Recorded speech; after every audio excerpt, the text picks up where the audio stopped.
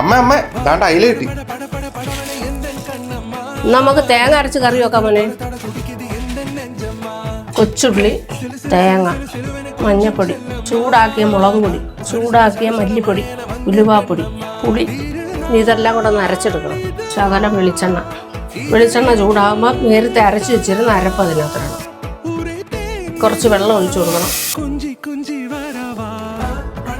പച്ചമുളക്, കറിവേപ്പില, ആവശ്യത്തിന് ഉപ്പ്. അരപ്പ് തിളച്ച് വരുമ്പോൾ മീൻ പറക്കിയിട്ട് കൊടുക്കണം.